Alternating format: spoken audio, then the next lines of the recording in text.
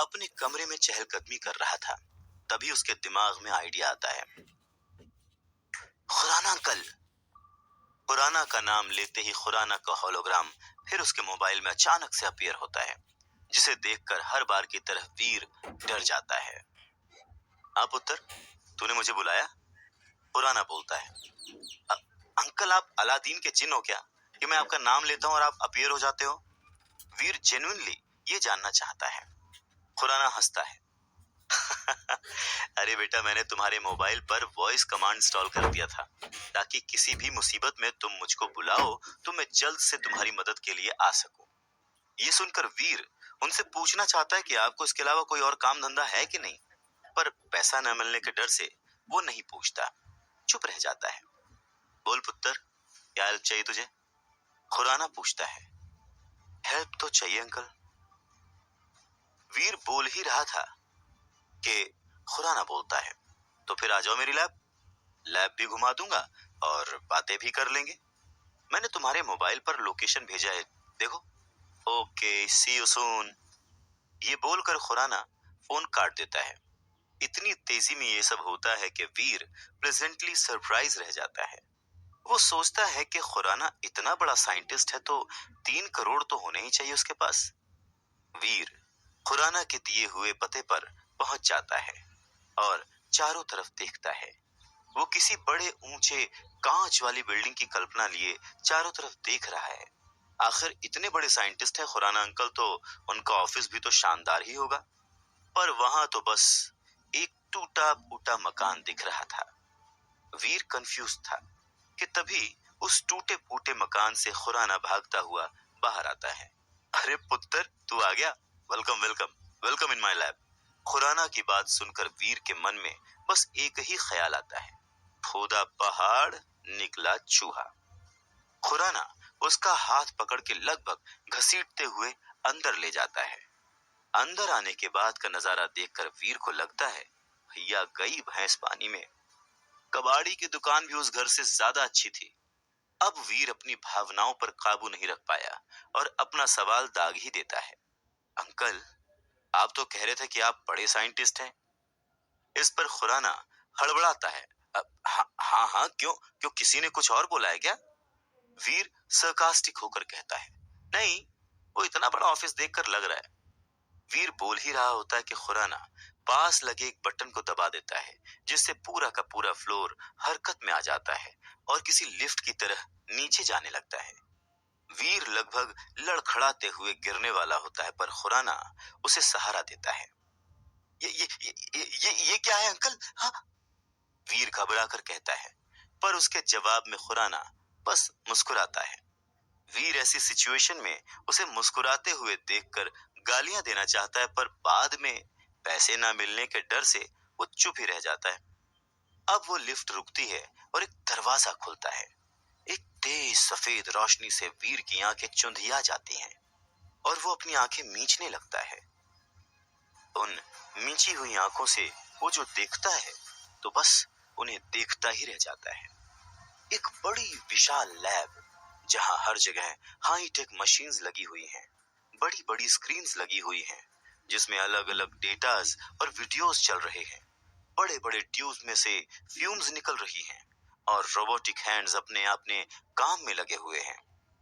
ये खुराना की लैब से ज्यादा आयरन मैन का वर्कशॉप लग रही थी। वीर को लगता है जैसे वो अपने सपनों की दुनिया में पहुंच गया है।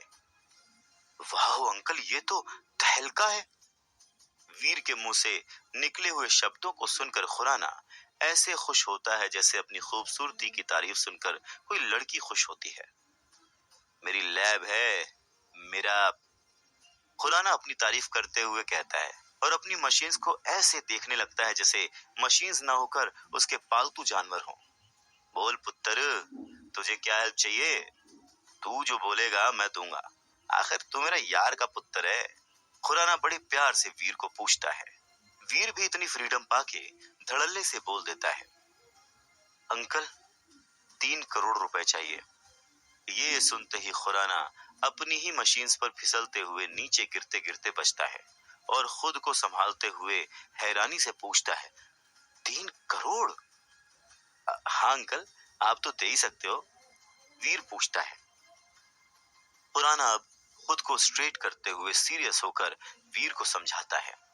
देख पुत्र, ये सब जो तू देख रहा है ना, ये मेरा पर्सनल नहीं है, ये सब सरकार ने दिया है।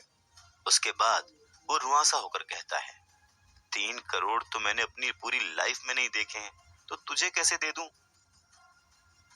खुराना की ऐसी दयनीय हालत देखकर वीर को और गुस्सा आ रहा होता है। मतलब, आप मेरी मदद नहीं कर सकते? कर सकता हूं और करूंगा पुत्र, करूंगा ना। तू चाहे तो मैं इस लैब में तुझे जॉब दे दूंगा, 20,000 सैलरी भी दिलवा दूंगा। सच्ची, 20,000 सैलरी।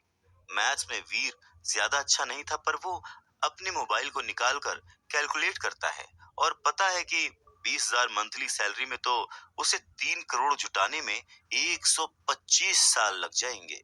अरे अंकल, इतने दिनों में तो मेरे पोते भी बूढ़े हो जाएंगे, फिर पैसों का क्या करूंगा? खुराना मजबूर है और वीर गुस्सा। वीर वहां से जाने ही वाला होता है कि उसकी नजर एक लाल रंग के टेलीफोन बूथ पर पड़ती है, जो लकड़ी का लग रहा था। वीर हैरान होता है कि इतने हाईटेक लैब में ये पुराने जमाने का टेलीफोन बूथ क्या कर रहा है। वो अपनी जिज्ञासा को शांत करने के लिए खुराना से उस बूथ के बारे में पूछता है।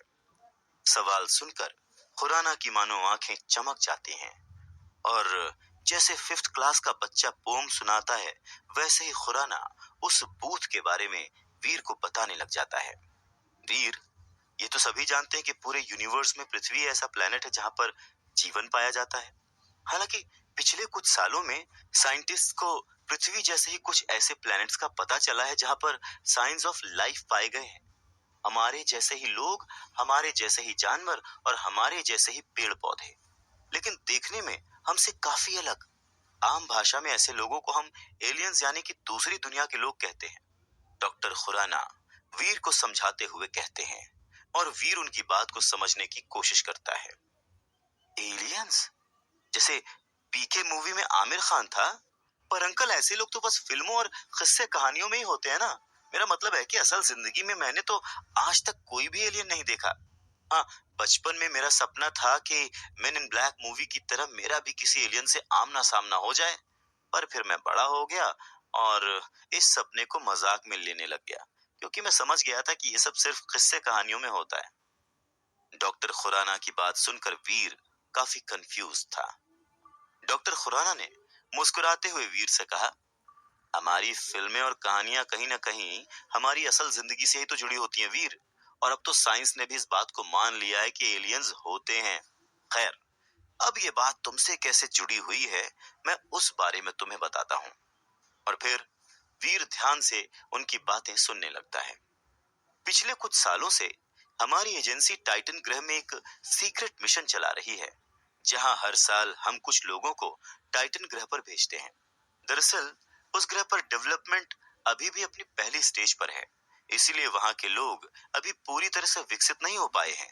वहां कई लोग ऐसे हैं जो कि ना तो पूरी तरह से इंसान हैं और ना ही पूरी तरह से जानवर। मतलब, उनके शरीर के कुछ हिस्से तो इंसानों जैसे हैं, लेकिन उनकी हरकतें और दिमाग जानवरों जैसा है। साथ ही साथ वहां कुछ जानवर ऐसे भी हैं जो विकसित होकर बहुत खतरनाक होते जा रहे हैं।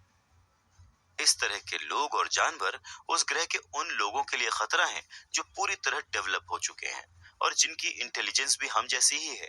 लेकिन उन लोगों के साथ साथ ऐसे जानवर और लोग हमारी पृथ्वी के लिए भी खतरा बन सकते हैं।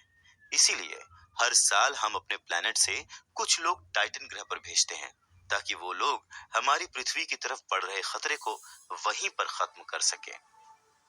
ये टेलीफोन बूथ उसी टाइटन ग्रह पर जाने का पोर्टल है।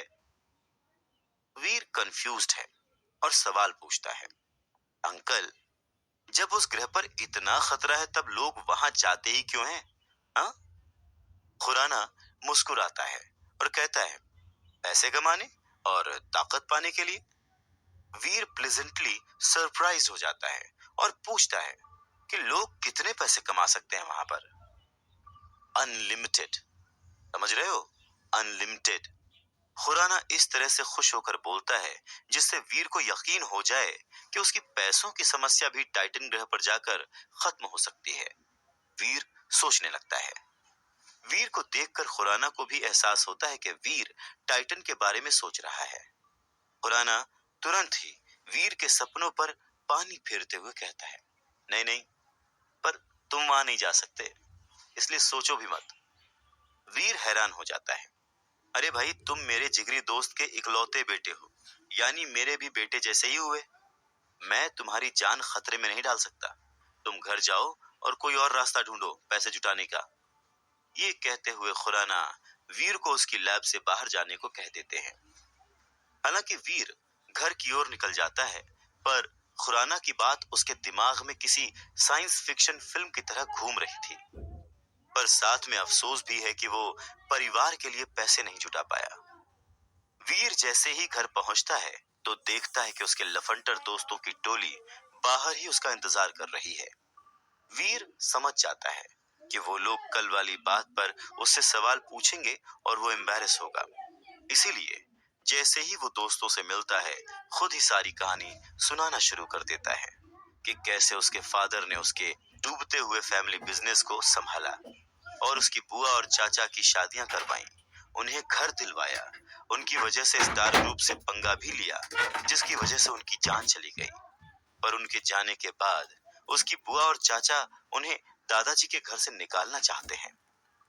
वीर की कहानी सुनकर सभी दोस्त उसे सिंपैथी दिखाते हैं। अभी अभी जवान हो रहे लड़कों के खून में कुछ ज्यादा ही उबाल होता है, पर दिमाग उतना ही कम होता है। ऐसे ही दिमाग से वीर के दोस्त उसे सलाह देते हैं कि वीर को बुआ के घर से जाके इस घर के प्रॉपर्टी के पेपर्स चुरा लेने चाहिए। उसके बाद बुआ हो या चाचा, कोई भी उन पर घर खाली करने के लिए लीगल एक्शन नहीं ले पाएगा और उसे 3 करोड़ रुपए भी नहीं देने पड़ेंगे। वीर भी तो उसी उम्र का है, उसे भी आइडिया जम जाता है।